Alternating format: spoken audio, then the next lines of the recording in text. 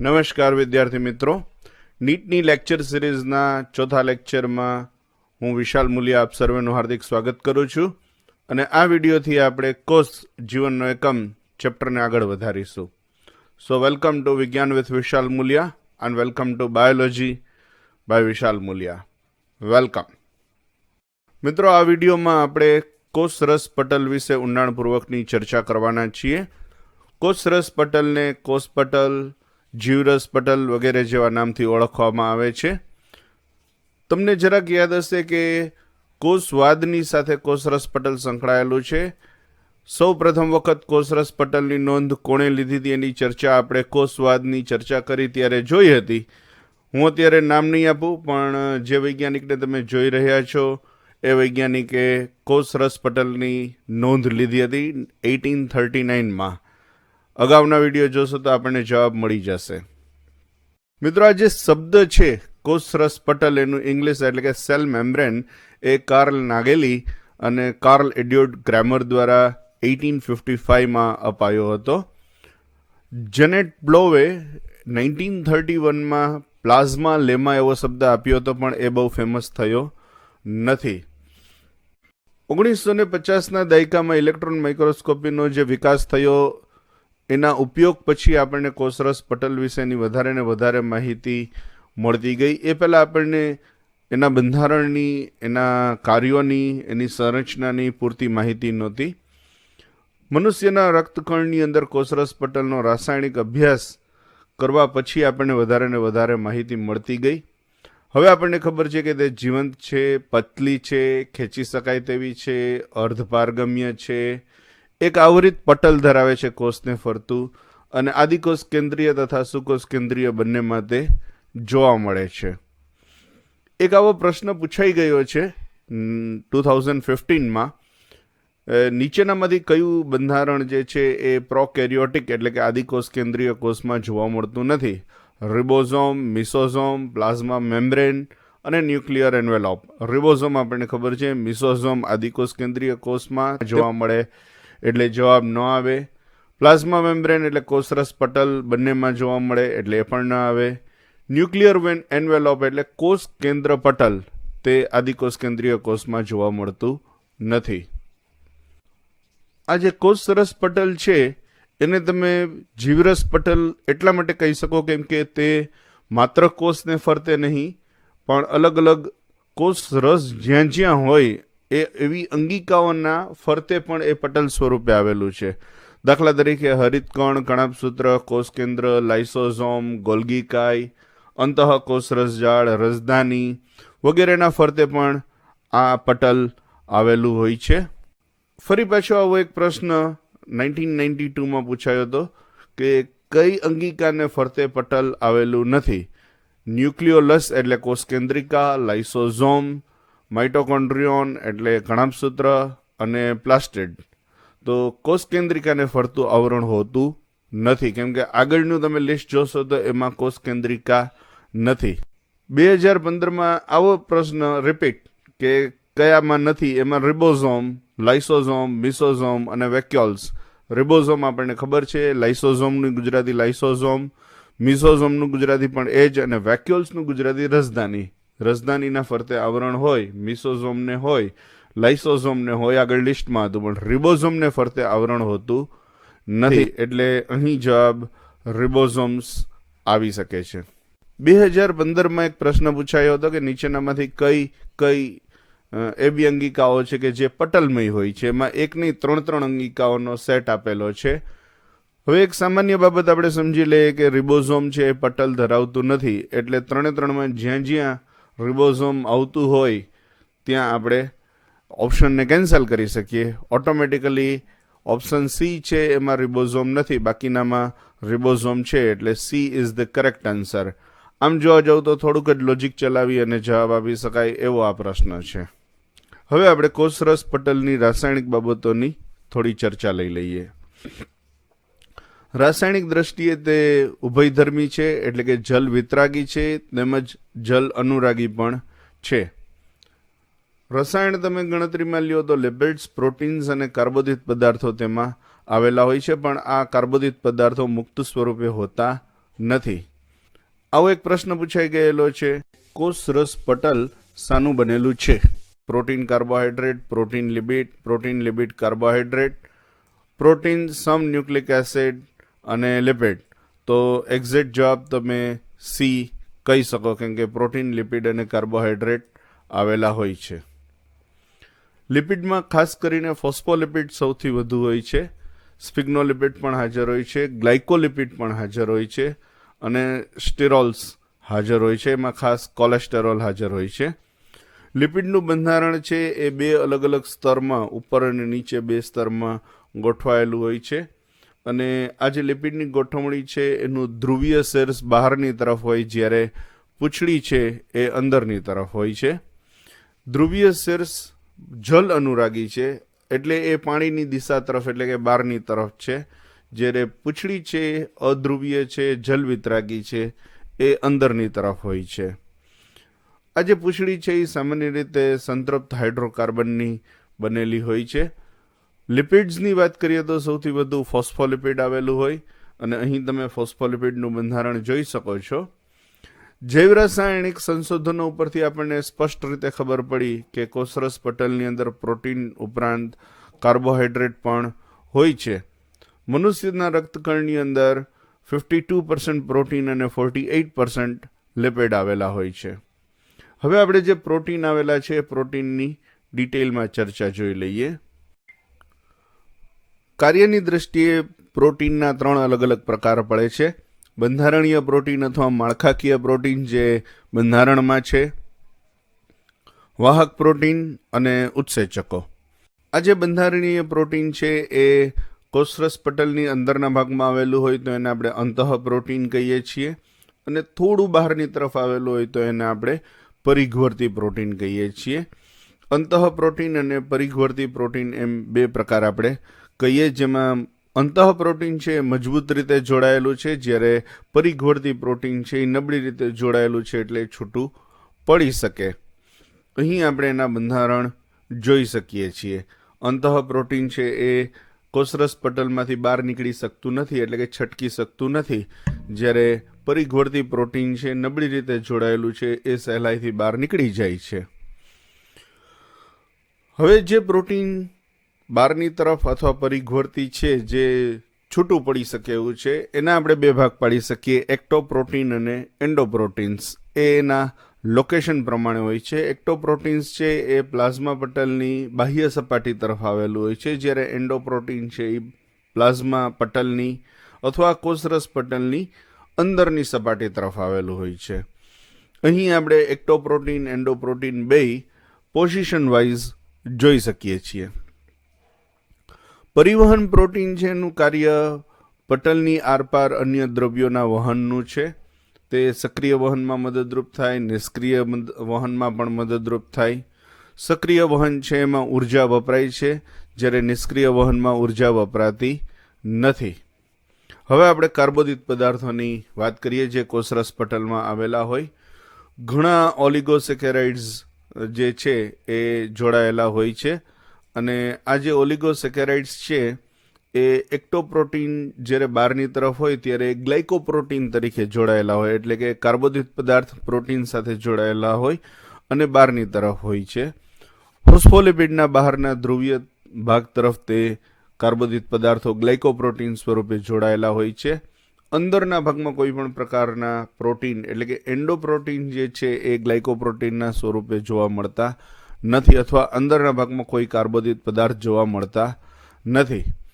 જે કાર્બોદિત પદાર્થો ગ્લાયકોપ્રોટીનના સ્વરૂપમાં જોવા મળે છે તે મુખ્યત્વે ડી ગ્લુકોઝના એટલે કે ડેક્સ્ટ્રોઝના વ્યુત્પન્નો છે, અને કોષરસ પટલ ઉપર જે આવેલા છે એમાં N acetyl muramic acid, N acetyl D glucosamine, N acetyl galactosamine, D galactose, D mannose અને એલ ફ્યુકોઝ આવેલા હોય છે. આવો એક પ્રશ્ન પૂછાઈ ગયેલો છે 2007માં કે નીચેનામાંથી કયો પદાર્થ કોષરસ પટલનો ભાગ નથી? ગ્લાયકોલિપિડ, પ્રોલીન, ફોસ્ફોલિપિડ અને કોલેસ્ટેરોલ. તો મિત્રો આપણને અહીં ખબર હોવી જોઈએ કે પ્રોલીન જે છે એ મુક્ત એમિનો એસિડ છે, માત્ર એમિનો એસિડ છે, અને માત્ર એમિનો એસિડ મુક્ત સ્વરૂપે આવેલા હોતા નથી. હવે આપણે કોષરસ પટલની શોધ કેવી રીતે થઈએ તેના વિશે થોડી ચર્ચા કરી લઈએ. આશ્રુતિનો જ્યારે અભ્યાસ કરીએ ત્યારે હાઇપરટોનિક દ્રાવણમાં આપણે કોષ મૂકીએ, વનસ્પતિ કોષ, ત્યારે રસ સંકોચનની ઘટના બને અને રસ સંકોચનની ઘટનાથી આપણે સમજી શકીએ કે કોષ દિવાલ ઉપરાંત પણ કોઈ એક પટલની હાજરી હોવી જોઈએ. એવી જ રીતે પ્રાણી કોષમાં કોઈ દિવાલ હોતી નથી, પણ ભૌતિક રીતે એનું દરેકનું અલગ અલગ અસ્તિત્વ છે, જે સૂચવે છે કે એને ફરતું કોઈ આવરણ હોવું જોઈએ, જે આપણે આરબીસીમાં એકદમ સ્પષ્ટપણે જોઈ શકીએ. પ્રાણી કોષ પાસે એવી કોઈક સીમા હોવી જોઈએ કે જેથી આજુબાજુના બે કોષોને એ કંઈક છૂટા પડે એવી સંકલ્પના, એવી બાબત વર્ષો પહેલાં ચર્ચામાં આવી. અને કોષની સપાટી ઉપર પંક્ચર પાડીએ તો પ્રોટોપ્લાઝમ, કોષરસ છે એ પ્રાણી કોષની બહાર નીકળી જાય, એ આપણા ધ્યાનમાં આવ્યું. આ બાબતને જોતા એવું સાબિત થતું હતું કે કોઈક આવરણ હોવું જોઈએ. એ આવરણ એટલે કોષરસ પટલ. ડાવસન અને ડેનિલીએ 1935માં એની સંરચના વિશે ચર્ચા કરી અને સેન્ડવિચ મોડેલ રજૂ કર્યું. આ સેન્ડવિચ મોડેલમાં ઉપર નીચે પ્રોટીન અને વચ્ચે લિપિડ હોય એવી રજૂઆત કરવામાં આવી. અને ઇલેક્ટ્રોન માઇક્રોસ્કોપીમાં આપણે પ્રોટીન લિપિડ જુદા ન પાડી શકીએ, તેથી આપણે એવું માનવા માંડ્યા કે આ બંધારણ છે એ વધારે સાચું છે. પછી રોબર્ટ્સને 1960માં ત્રિસ્તરીય બંધારણ સૂચવ્યું, જેમાં ગ્લાયકોપ્રોટીન કોટની વચ્ચે લિપિડ હોય એવું એક બંધારણ પણ આવ્યું, પણ એ પણ સ્વીકારી ન શકાયું. ફાઇનલી સિંગર અને નિકોલ્સન એ બંને ફ્લુઇડ મોઝેક મોડેલ આપ્યું, જે અત્યારે સૌથી વધારે સ્વીકારાયેલું મોડેલ છે. આ પ્રશ્ન ફ્લુઇડ મોઝેક મોડેલ જે છે એનો પૂછાઈ ગયેલો છે કે ફ્લુઇડ મોઝેક મોડેલ કોણે આપેલું. ડેનાલી ડેવસન, સિંગર નિકોલ્સન, ગાર્નર એન્ડ એલાર્ડ અને વોટસન અને ક્રિક. વોટસન અને ક્રિક ફેમસ હોવાથી અહીં એને આપણે ઇન્ક્લુડ ન કરી શકીએ. સિંગર અને નિકોલ્સને આપેલું છે. હવે ફ્લુઇડ મોઝેક મોડેલ સૌથી વધારે સ્વીકારાયેલું હોવાથી આપણે એની ચર્ચા ઊંડાણપૂર્વક કરવાની છે. એ ફ્લુઇડ મોઝેક મોડેલ મુજબ લિપિડનું જે લેયર છે એ લેયરની વચ્ચે વચ્ચે અંતર્ગત પ્રોટીન આવેલા છે, અને આ અંતર્ગત પ્રોટીન હોવાના કારણે તે જીવંત છે. અન્ય કોષરસ પટલ અથવા તો અન્ય પટલની સાથે એ બહુ સારી રીતે તાલમેલ જાળવી શકે છે, જે અહીં આપણે વિડીયોમાં જોઈ શકીએ. કોષની ઘણી બધી ગતિવિધિઓને આપણે આ મોડેલની મદદથી વર્ણવી શકીએ, જેમ કે કોઈ પુટિકાનું નિર્માણ કેવી રીતે થતું હશે, કોઈ પટલિકાનું નિર્માણ કેવી રીતે થતું હશે. વળી ફ્લુઇડ મોઝેક મોડેલ સૂચવે છે કે એ ખૂબ જ ગતિશીલ છે, અને ગતિશીલતા પણ આપણે રાસાયણિક દ્રષ્ટિએ અહીં વર્ણનમાં લઈ શકીએ. સતત બદલાતી જાય છે કેમ કે એ ફ્લુઇડ છે, પ્રવાહી સ્વરૂપમાં છે, અને મોઝેક છે આપણે અહીં જોઈ શકીએ કે ટુકડામાં પ્રવાહી છે એ વેચાયેલું છે. એટલે ફ્લુઇડ મોઝેક મોડેલ બહુ સતત બદલતું રહેતું અને બહુ સક્સેસફુલ મોડેલ કહી શકાય.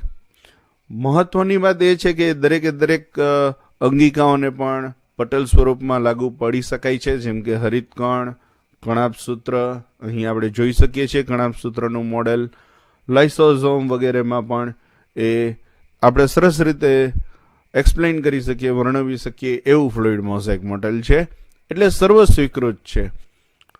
1988માં એક પ્રશ્ન પૂછાયેલો હતો કે ફ્લુઇડ મોઝેક મોડેલ જે છે એ કયા કયા પદાર્થોનું બનેલું છે. ફોસ્ફોલિપિડ અને ઓલિગોસેકેરાઇડ, ફોસ્ફોલિપિડ અને હેમિસેલ્યુલોઝ, ફોસ્ફોલિપિડ અને સંકલિત અથવા સાથે જોડાયેલું પ્રોટીન, અને ડી ઓપ્શનમાં ફોસ્ફોલિપિડ, અંતર્ગત પ્રોટીન અને બાહ્ય પ્રોટીન, એ ત્રણ ઇન્ક્લુડ કરેલા હતા. એટલે સાચો જવાબ છે એ આપણે ડી ઓપ્શન જોઈ શકીએ. 1990માં એવો પણ પ્રશ્ન પૂછાયેલો કે લેટેસ્ટ પ્લાઝમા મોડેલ કયું છે જે સર્વસ્વીકૃત છે, તો એમાં આપણે જવાબ લખી શકીએ ફ્લુઇડ મોઝેક મોડેલ, જેની આપણે ચર્ચા ચાલુ છે.